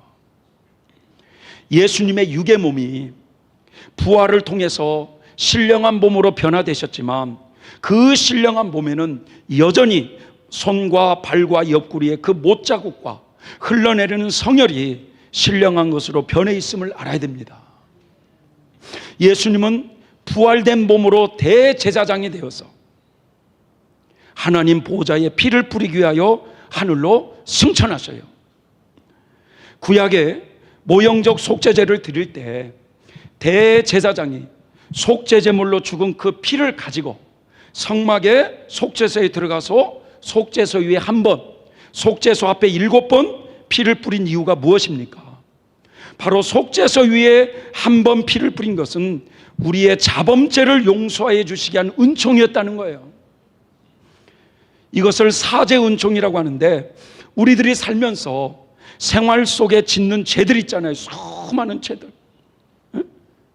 그런데 그 예수님의 이름으로 회개할 때마다 그 죄를 용서받을 수 있도록 하기 위해서 한 번 피를 뿌려 사죄 은총을 예비하셨다는 거예요. 그렇기 때문에 우리들의 죄가 어떤 죄라 할지라도 진심으로 예수님의 이름으로 회개하면 그 죄는 용서받게 되어 있는 줄 믿습니다, 여러분. 그래서 성경은 믿고 구한 것은 받은 줄로 알라라고 선언하고 있어요. 그리고 속죄소 앞에 7번 피를 뿌린 것은 우리의 원죄를 해결해 주시기 위한 은총이에요. 이것은 영적 할례 은총이라고 말을 합니다. 그러니까 예수님이 속죄의 은총을 그 7번 피를 뿌린 것은 인간의 죄의 뿌리까지도 해결해 주셔서 우리를 천국 백성 되게 하시기 위하여 속죄소 앞에 7번 피를 뿌린 것이다. 이와 같이 예수님께서 부활하심으로 대제사장이 되고 하늘로 승천하셔서 하나님 보좌에 피를 뿌려 속죄 은총을 완벽하게 예비하시고 성막에서 나오면 속죄소가 이제 끝나는 거예요. 속죄제가 끝나는 거예요. 속죄제가. 그러면 그렇게 피를 뿌리시고 성막에서 언제 나오셨느냐?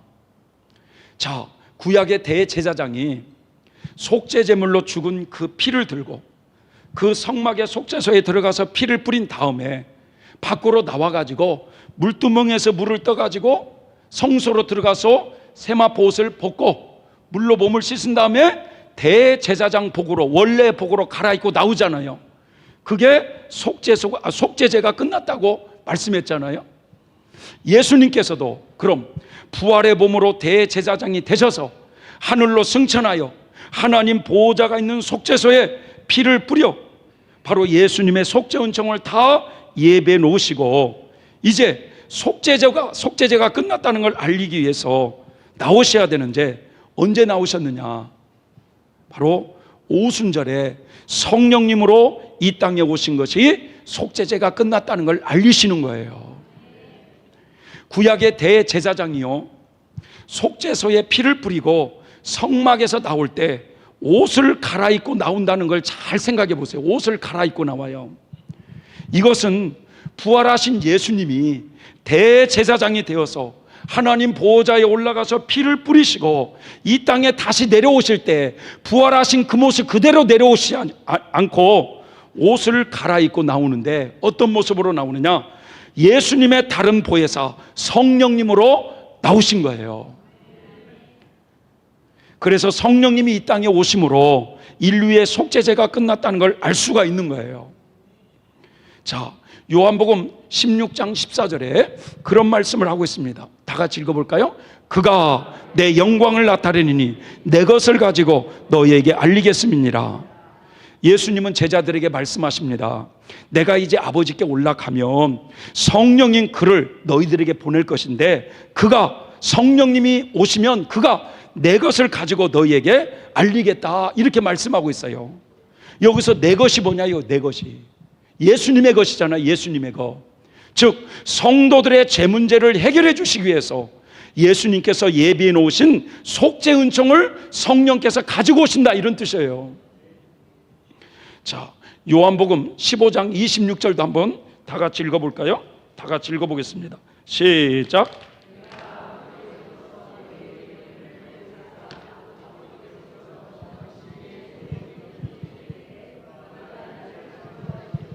예. 자, 진리의 성령이 오셔서 나를 증거할 것이라고 말을 합니다. 그러니까 죄인들을 정결케 하시고자 예비된 그 예수님의 속죄 은총을 성령님이 가지고 오셔서 증거하실 거라 이거예요. 자, 이렇게 2000년 전에 예수님께서는 성도들을 위한 죄 문제를 완벽하게 해결해 주시기 위하여 속죄 제물로서 십자가의 희생을 당하시고 죽으신 지 3일 만에 부활하셔 대제사장이 되시고 하늘로 승천하셔서 하나님 보호자에 한 번 피를 뿌려 우리의 자범죄를 용서하시는 사죄의 은총과 7번 피를 뿌려 원죄를 해결하시는 영적 할례의 은총을 준비해 주셔서 성도들의 죄 문제를 완벽하게 해결되어 천국에 들어갈 수 있는 길을 예비해 놓으셨다 이런 뜻입니다. 그 예비된 은총을 이 땅에 성령님이 가지고 오셨다는 거예요. 그래서 성령님의 주 사역은 뭐냐? 예수님의 속죄 은총을 가지고 오셔가지고 이 땅의 죄인들을 구원하는 역사를 이루시는 거야. 아멘이셔요? 그리고 구원받은 성도들을 정결케 하여 원죄와 자범죄까지 해결하여 익은 열매 만들어 천국 곳간에 추수하시는 것이 성령님의 주 목적이라, 이런 뜻이에요.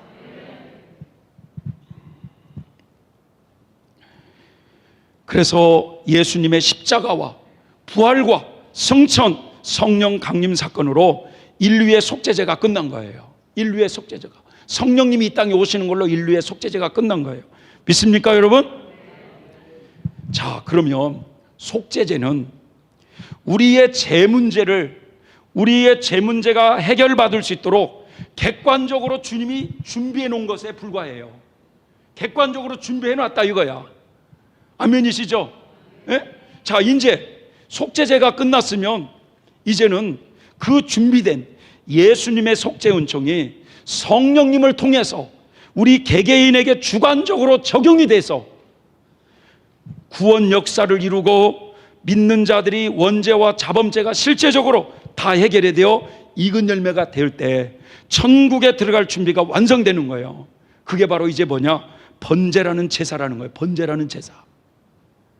아멘이시죠? 자, 그럼 이제부터 번제라는 제사를 한번 이제 살펴보겠어요. 자, 번제의 제사 준비와 그 번제 드리는 과정을 보면 구약시대의 번제물은 흠없는 수양 한 마리였잖아요. 그런데 이 대제사장이 그 번제를요, 그 번제물을 번제단 위에 올려놓고 불로 완전히 태우면 번제는 끝났다고 그랬어요. 자, 그렇다면 번제물이 말이죠, 흠없는 수양이라는 의미는 무엇을 의미하느냐? 이것은 죄가 없는 온전한 의인으로서 예수 그리스도가 번제물이 되어주셨다, 이런 뜻이에요. 그러니까 예수 그리스도는 온전한 의인으로서 속죄 제물도 되어주셨고 인류의 죄 문제를 해결하기 위한 번제물도 되어주셨다, 이런 뜻이에요. 번제라는 건 뭐냐? 죄에 대한 헌신을 의미하고 있어요. 죄에 대한 헌신. 그러니까 예수님께서 번제물이 되어주셨다고 하는 것은 우리가 죄에 대해서 헌신하고자 하는 마음조차도 인간의 노력이 아닌 예수님의 은혜로 되게 하시려고 예수님이 번제물이 되어주셨다는 거예요. 성도들이 죄를 깨닫고 죄를 회개하고자 하는 이런 마음을 갖게 되는 것은 예수님께서 번제물이 되어주셨기 때문에 가능한 거예요, 여러분. 그게. 그래서 인간의 죄 문제 해결은요, 전적으로 예수님의 은혜로 되는 줄 믿습니다, 여러분. 우리가 이 죄를 깨닫는 것도 여러분 예수님의 은혜로 되는 거예요. 죄 때문에 회개하고자 하는 마음이 일어나는 것도 예수님의 은혜로 되는 거예요. 왜냐? 예수님께서 우리를 위한 번제물이 되어주셨기 때문에 그런 거예요. 그래서 우리 안에 예수님이 그런 마음을 주시지 않으면 회개하고 싶어도 회개가 안 되게 되어 있어요. 내가 하는 게 아니라는 거예요.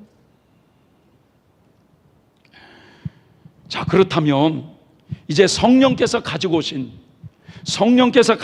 예수님의 그 속죄 은총은요, 언제부터 그럼 적용이 되기 시작하느냐 이거죠.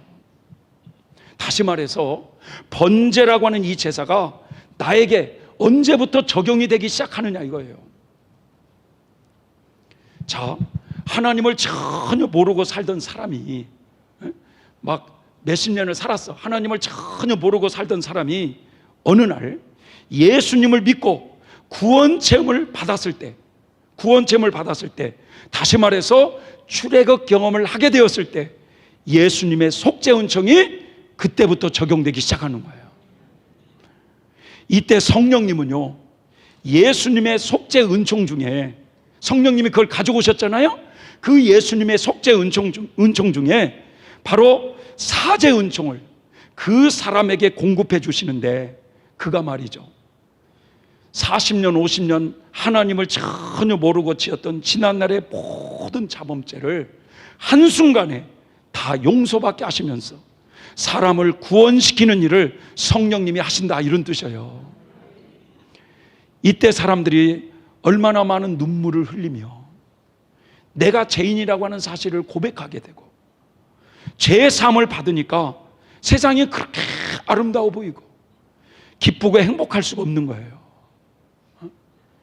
그 구원에 대한 감격은 세상을 다 얻은 것과 같잖아요, 여러분.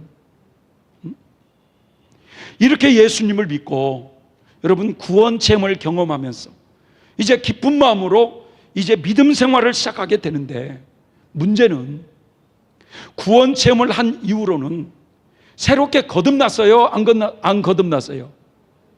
새롭게 변해졌잖아. 거듭났잖아요. 예? 그러면 이렇게 거듭났으니까 죄를 안 지으면 좋은데, 예? 또다시 죄를 범하는 내 자신의 모습을 보잖아요. 왜냐? 아직 내 속에 있는 이 원죄 문제가 해결되지 않았기 때문에, 이 원죄라고 하는 이 죄의 뿌리가 있기 때문에 범죄할 기회가 주어지면 죄가 기회를 타고 올라와서 내 마음을 사로잡아요. 과거에 그렇게 구원의 감격으로 막 너무너무 뜨겁게 은혜를 받고 믿음 생활을 막 날아갈 것처럼 했는데, 어느 때가 되니까 은근히 그 인간이 미워지기 시작하는 거야. 보기도 싫은 거야. 누군가 나의 자존심을 상하게 하면 막 연탄을 뗀 것 같이 막 뭐가 올라와요. 어느 때는 음란한 장면을 보면 음욕이 막 올라오기도 하고, 어느 때는 나도 모르게 막 거짓말이 툭툭 튀어나오고, 온갖 죄악들이 막 다 쏟아져 올라와요. 한때 큰손이라고 불렸던 조세영 씨라는 분이 있어요.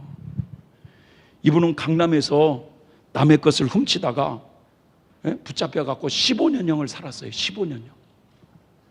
그래서 이 교도소에서 살면서 교도소 안에서 예수님을 믿게 된 거예요. 그래서 이 구원 체험을 교도소 안에서 믿게 되니까 너무 기쁘고 좋은 거예요. 그래서 이분이요, 교도소에서 나올 때, 출소할 때 그 이분이 뭐라고 고백했느냐? 천만금이 내 눈앞에 보인다 할지라도 다시는 거들떠보지 않겠다고 장담을 하고 나왔다고 그래요. 그리고 실제로 한동안 그렇게 살았어요. 예수님 믿고서 변화됐다고 하니까 이 교회 저 교회에서 신앙 간증을 하고 다녔어요. 심지어는 신학도 공부해서 목사님이 되셨어요. 그러던 그가 일본에 간증하러 간다고 가다가 그곳에서 또 도둑질하고 공항에 잡혀 들어왔어요. 왜 그랬을까요? 조세영 씨가 예수님을 믿고 회심한 건 사실이었어요. 하지만 그의 오래된 이 습관화된 도벽이라는 이 악습이 범죄할 기회가 주어지니까 또다시 나오는 거예요. 또다시. 여러분, 우리 속에 잠재되어 있는 이 죄의 악습이라는 건요, 기회가 주어지면 나오게 되어 있어요. 어느 목사님은 과거에 예수님을 몰랐을 때 술을 그렇게 좋아해서, 근데 이제 그것도 다 끊고 예수님을 믿고 신앙생활에서 이제 목사님이 되셨는데, 세상에 어디 구경으로 갔다가 왜 그 인삼주라고 해갖고 막 인삼이 뭐 이렇게 들어있는 거 있잖아. 하얗게 있는 거, 거기를 보니까 콧구멍이 벌렁벌렁 하더라는 거야. 목사님이. 여러분, 이건 조세영 씨만의 이야기가 아니라 우리들의 이야기예요. 우리들의 이야기. 억울한 소리를 들어보세요. 나도 모르게 속에서 분노가 일어나잖아. 처음에 억울한 소리를 들을 때는 참아야지 하다가 참았어요. 그러다가 집에 가서 자고 있으면 서서히 분노가 일어나기 시작하는 거야. 이씨, 나 지금 저기 영어 하는 거예요. 영어에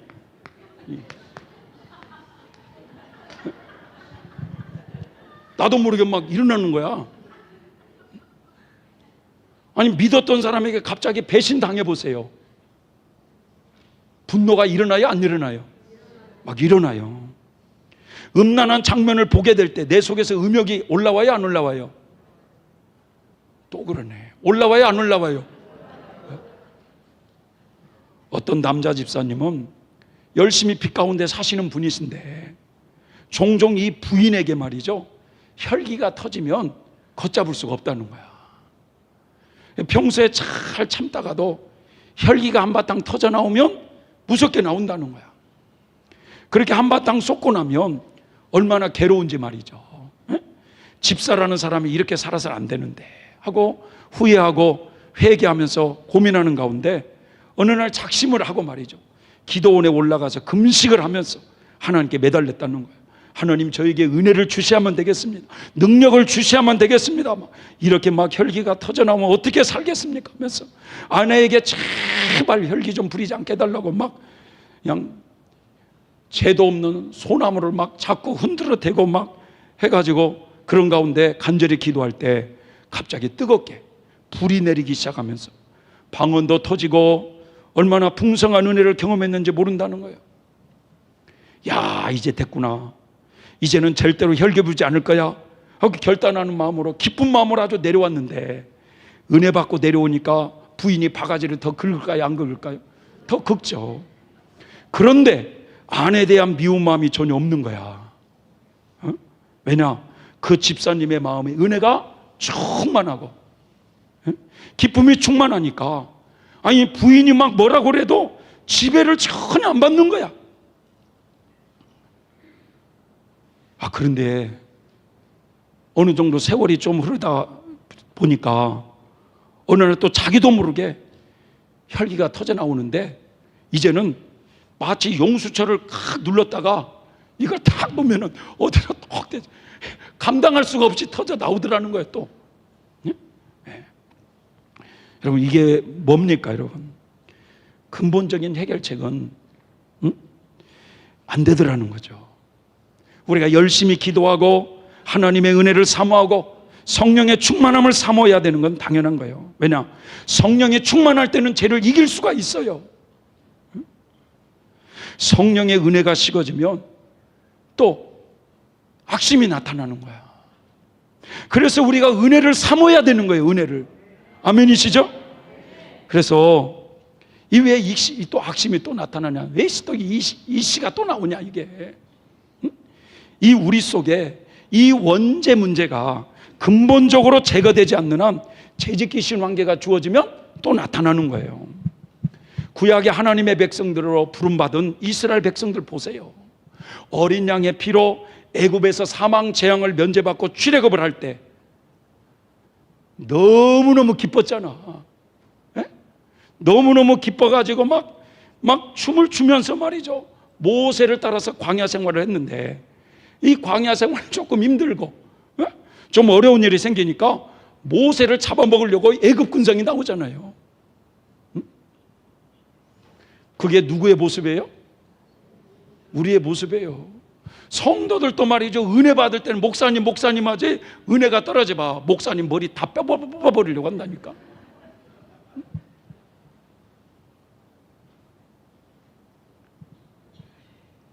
애굽의 근성들이 나오는 거예요. 애굽의 근성. 그게 우리의 모습이라는 거예요. 예수님 믿고 믿음 생활 잘 하다가도 이 죄의 유혹 앞에 쓰러지고 넘어질 때마다 말이죠, 여러분 괴로워요? 안 괴로워요? 괴롭죠. 어떻게 고백합니까? 주여, 저는 왜 이렇게 혈기가 많습니까? 주여, 저는 왜 이렇게 악한 존재입니까? 주여, 저는 어떻게 입만 열면 그렇게 교만합니까? 주여, 저는 어찌 그렇게 밥을 많이 먹은 죄인입니까? 저는 어찌 그렇게 잠이 많이 오는 죄인입니까? 어느 때는 막 금식을 하면서 불쌍히 여겨달라고 기도를 하고 막 이렇게 고백하는 가운데 여러분, 저를 좀 살려달라고 하면 성령님은 예수님의 사죄원청을 공급해 주셔서 그 죄를 용서해 주시고 우리에게 평안을 주시는 줄 믿습니다. 죄 때문에 가슴 아파하고 괴로워하면서 죄를 용서해 달라고 기도하는 자에게 성령님은 예수님의 그 사죄원청을 우리에게 공급해 주셔서 우리의 자범죄를 용서해 주신다는 사실이에요. 그러니까 믿고 구하는 것은 받은 줄로 알라라고 하는 것처럼 아무리 더럽고 흉악한 죄를 지은 죄인이라 할지라도 진심으로 회개하면 그 죄를 용서받고 마음의 평안을 얻은 줄 믿습니다. 여러분, 그래서 회개 생활이 너무너무 중요한 거예요. 회개 생활. 이처럼 출애굽을 한 후에 이 광야길에서 죄의 유혹으로 수없이 넘어질 때마다 회개하고, 그러면 또 용서받고, 회개하면 용서받고, 다시는 죄 짓지 않으려고 결단도 하는 이 모든 것이 바로 상번제를 드리는 모습이에요. 죄에 대한 헌신을 예수님께서 드려주셨기 때문에 우리들이 죄를 깨닫고 회개하며 죄에 대해서 헌신할 수 있는 것도 예수님의 은혜로 되더라 이거예요. 은혜로. 이렇게 계속해서 광야의 길을 수없이 쓰러지고 그러고 가다가 결국 우리의 마음과 행실이 정결케 되었을 때 최종적으로 우리 속에 뿌리 박혀 있는 원죄를 해결해 주시는 영적 할례의 은총을 받게 하신다는 거예요. 원죄까지 다 해결되었을 때 천국에 들어갈 백성으로 준비되어지는 것입니다. 여러분, 이제부터 이 죄에 대한 상번제를 드리는 모습을 한번 예를 들어 보겠습니다. 베네딕토가 당시 이 로마 시내의 젊은이들의 그 향락에 큰 실망을 해서 이 세속의 모든 것을 끊고 오직 자신의 영혼 구원을 위해서 스비아코 산속에 있는 어느 동굴에 기도하러 들어간 거예요. 동굴에서 기도를 하고 있던 중에 어느 날 갑자기 고향 생각이 막 나기 시작하는 거예요. 고향의 부모님 생각, 형제들 생각, 그러던 중에 애인까지 생각하게 되었습니다. 근데 그 순간적으로 그 애인을 보고 싶은 마음이 강하게 막 자기 마음에서 막 일어나기 시작하는 거예요. 그러자 그 순간에 동굴 입구에 어떤 여자분이 말이죠, 옷을 다 벗은 채로 서 있는 거예요. 근데 그 여자분은 다름 아닌 베네딕토의 애인이었는데 베네딕토는 깜짝 놀라면서 아니 당신이 여기 웬일이요? 라고 말을 하자 그 여자분은 말이죠, 베네딕토 추워요, 베네딕토 추워요 하면서 점점 동굴 안으로 들어오더라는 거야. 베네딕토가 자기에게 다가오는 그 애인을 그만 순간적으로 껴안았어요. 그러자 그 순간 그 여자는 마귀로 변하여 동굴 밖으로 연기처럼 사라져버렸고, 동굴 안에서는 깔깔거리는 그 마귀의 울음소리를 계속 울려 퍼집니다. 그 여자가 마귀였다는 것과 자신이 순간 마귀의 유혹에 넘어졌다는 것을 깨닫게 되자 크게 후회를 하면서 베네딕토는 동굴 밖으로 뛰쳐나가 가시동굴 속으로 뛰어들어가 막 눈물을 흘리면서 기도하기 시작했어요. 가시가 베네딕토의 온몸을 푹푹 찔러대는데도 하염없이 눈물을 흘리며 하나님, 저의 이 음란함을 용서해 주십시오, 저를 불쌍히 여겨 주십시오 라고 회개 기도를 하였어요. 베네딕토의 몸에서는 피가 낭자하게 흘러내렸고 눈에서는 회개의 눈물이 흘러내립니다. 순간적으로 마귀의 유혹에 넘어져 음악에 지배받게 되자 자신이 이 음란의 죄에 넘어졌다고 하는 이것을 깨닫고 철저하게 죄를 회개하는 이 모습은 예수님께서 그 베네딕토의 마음에 회개하는 마음을 주셨기 때문에 가능하다, 이런 뜻입니다. 맹집사 이 얘기가 있어요. 맹집사. 이 맹집사는요, 시골 교회를 섬기는 분이었는데 하루는 함께 다니는 임집사님이 중풍으로 쓰러진 거야. 이 중풍으로 쓰러져서 거동을 못하니까 교회에 나와 예배를 못 드려요. 그래서 이 맹집사님 주일마다 예배를 드리고 항상 그 임집사님 집에 들러가지고 그 교회 소식을 꼬박꼬박 전해줬어.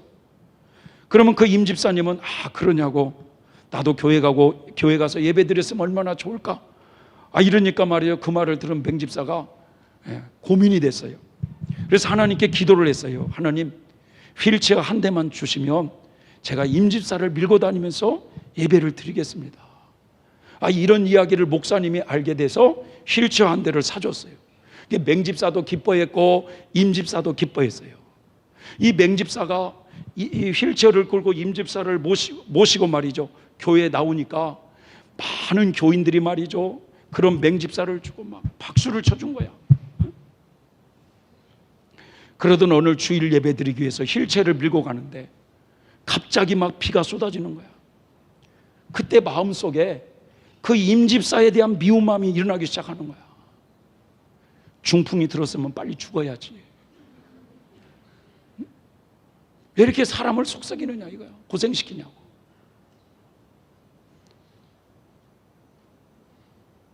그런데도 교회에서는 또 비가 오는데도 임집사를 모시고 왔냐고 막 맹집사를 칭찬을 하는 거예요.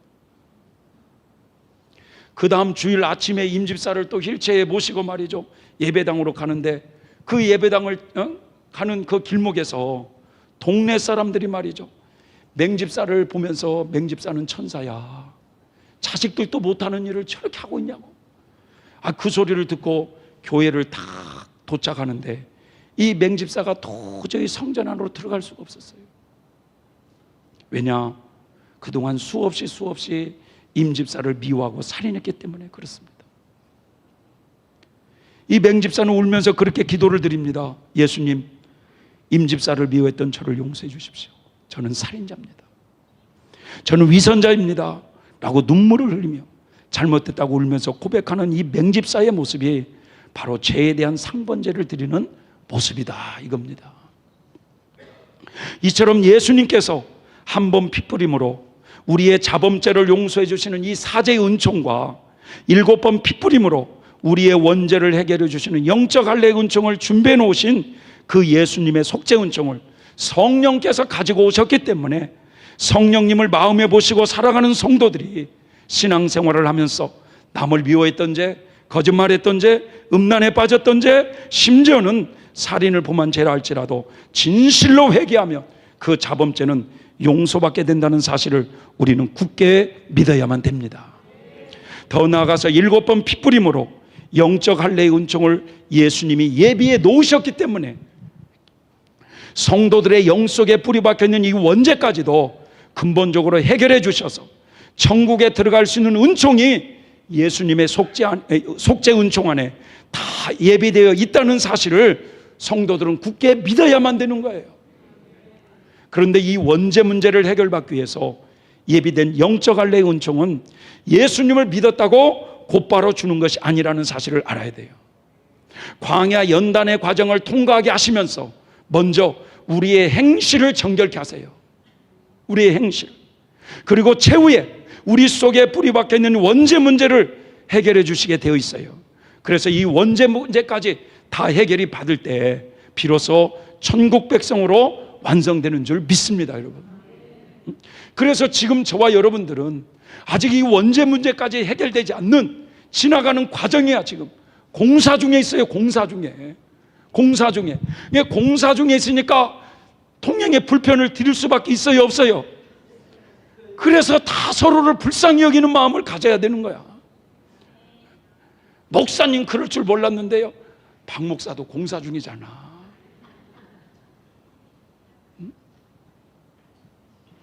목사님들이 축도할 때 어떻게 축도합니까? 예? 예. 하나님의 사랑을 꼭 넣잖아요. 하나님의 사랑이 뭐냐 이거예요. 하나님의 사랑. 예? 말라기서에 보면은요, 그 구원의 감격을 잃어버리니까 이스라엘 백성들이 하나님이 도대체 우리를 사랑하는 증거가 뭐냐 이거야. 뭐냐? 구원의 감격을 잃어버리면 그래요. 여러분, 하나님은 창세전부터 그리스도를 통해서 죄인들을 구원하시려고 계획하셨고, 그 죄인들을 구원하시기 위해서 인류의 속죄제물로 예수 그리스도를 보내주신 그것이 하나님의 사랑이었다는 거예요. 예수 그리스도의 은혜가 뭡니까? 예수님께서 이 땅에 오셔서 십자가에서 인류의 속죄제물이 되어주시고 죽으신 지 3일 만에 부활하시어 대제사장이 되셔서 승천하여 하나님 보좌에 올라가 속죄소에 피를 뿌려 인간의 죄 문제를 완벽하게 해결하기 위한 그 준비해 놓으신 예수님의 속죄 은총, 그게 예수 그리스도의 은혜라는 거예요. 은혜. 성령님의 교통하심은 그 예수님이 준비해 놓으신 속죄 은총을 성령님이 가지고 오셔서 예수님의 것을 전달해 주면서 우리 죄인들을 구원하시고 구원받는 성도들을 정결케 하여 천국 백성으로 만드시는 사역이 성령님의 교통이시라는 거예요. 성령님의 교통은요, 예수님의 속죄 은총을 마치 우편 배달부처럼 우리에게 전달해 주는 역할이에요. 전달해 주는 역할. 이와 같은 예화를 한번 들어보면, 대학생을 둔 아버지가 있었는데 아버지는 시골에서 과수원을 운영하는 농부예요. 근데 이 아버지는 타지에서 공부하는 아들을 위해서 모든 것을 아끼지 않고 희생하며 아들의 학비나 용돈을 공급해 주려고 열심히 일을 합니다. 이와 같이 아들을 위해서 희생적으로 수고한 결과 사과니 배니 포도니 이런 과일들을 풍성하게 수확을 했어요. 자, 이 과일들은 아버지가 아들을 사랑하기 때문에 준비해 놓은 은혜라 이거야, 은혜. 그런데 이 과일을 준비해 놓기만 하면 무슨 소용이 있느냐 이거예요. 수확한 과일을 팔아서 돈으로 아들에게 보태주어야 아들의 학비도 내고 아들이 용돈도 쓰고, 때로는 그 과일을 아들에게 붙여줘야 아들이 그 과일을 맛있게 먹을 거 아니겠어요? 인류의 구원을 위해서 준비된 예수님의 속죄 은총을 성도들에게 배달되지 않는다면 아무런 의미가 없다 이거예요. 이러한 예수님의 속죄 은총을 성도들에게 배달해 주시기 위해서 성령의 교통하심이 필요한 것입니다. 우리는 지금까지 이스라엘 백성의 대속죄일 제사를 통해서 인간의 죄 문제를 해결하시는 하나님의 복음을 배우고 있어요. 예수님께서 우리를 위해서 예비하신 속죄 은총은 여러분 무궁무진하게 준비되어 있는 줄 믿습니다. 그래서 그분은 우리에게 말씀하세요. 오라, 너희 목마른 자들아 물로 나오라. 돈 없는 자도 오라. 너희는 와서 사 먹되 돈 없이 값없이 와서 포도주와 젖을 사라. 오라, 우리가 서로 변론하자. 너희의 죄가 주홍 같을지라도 눈과 같이 희어질 것이요 진홍같이 붉을지라도 양털같이 되리라. 너는 여호와를 만날 만한 때에 찾으라. 가까이에 계실 때에 그를 부르라. 우리 하나님께로 나오라. 그가 널리 용서하시리라. 아멘. 독일의 진젠돌프가 어느 날 쥐셀도르프 미술관에서 한 성화를 봐요. 그 성화의 제목은 에케 호모, 이 사람을 보라 이거예요. 이 사람을 보라. 십자가에 달리신 그 예수님의 모습을 딱 봤는데 그는 큰 충격을 받았어요. 가시관을 쓰시고 이마에서 흐르던 그 피가 얼굴을 타고 가슴까지 흐르는 그 예수님의 그 붉은 피를 보고 차마 발을 뗄 수가 없었어요. 그 성화 옆에는 이런 글귀가 쓰여 있습니다. 내 너를 위하여 내 몸을 주었건만 넌 나를 위하여 무엇을 주느냐. 내 너를 위하여 희생했건만 넌 무엇을 하느냐. 이것이 기중하건만 넌 무엇을 하느냐. 그는 이 글을 보고 눈물을 펑펑 흘립니다. 그 자리에 무릎을 꿇고 자신의 죄를 회개하기 시작하고 그리고 자신의 남은 삶을 하나님께 온전히 봉헌하고로 결심을 해요. 훗날에 그가 파송했던 선교사는 600명이나 됐어요. 그게 바로 모라비안 선교단이에요. 오늘 우리에게도 내 너를 위하여 내 몸을 희생했건만 너는 무엇을 하느냐고 주님이 물으신다면 여러분은 어떻게 반응하시겠습니까? 사랑하는 성도 여러분, 왜 우리가 믿는 예수님은 십자가상에서 그렇게 처절하게 버림을 당하시고 물과 피를 다 흘려 죽으셔야만 했을까요? 그 이유는 단 하나, 우리를 구원하기 위함이었어요. 예수 그리스도가 바로 그런 분이십니다, 여러분. 과거에 어느 여자 목사님의 간증에 어느 교회 집회를 갔다는 거예요. 근데 이 교회에 도착하니까 장로님이 주보를 나눠주시는데 잘 오셨다고 깍지니 인사를 하고 성도님들이 말이죠, 참 깔끔하게 옷들을 입고 교회에 오셨다는 거예요. 그런데 그 목사님이 강단에 올라가서 섰을 때 성도들의 모습을 순간적으로 하나님 환상으로 다 보여주는데 그 주보를 나눈 장로님이 겉모습은 양복을 멋지게 입으셨는데 자세히 보니까 사람이 아니고 마네킹이에요. 마네킹. 교회를 대표하는 장로님이 생명이 전혀 없는 마네킹으로 보이는 거예요. 어느 성도님은 뱃속에 벌레가 우글우글 하더라는 거예요. 어쩌면 이런 모습들이 우리들의 모습 아니겠습니까, 여러분? 오늘날 교회의 위기는 교인들의 수가 줄어들기 때문에 위기가 아니에요. 교인들의 철저한 회개의 삶이 사라져가고 있기 때문에 하나님께서 보시기에는 내 교회가 무너져가고 있다고 말하고 있습니다. 하나님의 나라를 소망하며 살아야 되는 성도들이 세상 것으로 꽉 차 있기 때문에 하나님께서 보시기에는 내 교회가 무너져가고 있는 거예요. 우리가 살고 있는 이 시대는요, 노아의 때와 같고 롯의 때와 같다고 말하고 있습니다. 하나님의 심판이 점점 다가오고 있는 이때에 여러분, 오직 우리의 살 길은 철저한 회개와 회개에 합당한 삶인 줄 믿습니다, 여러분.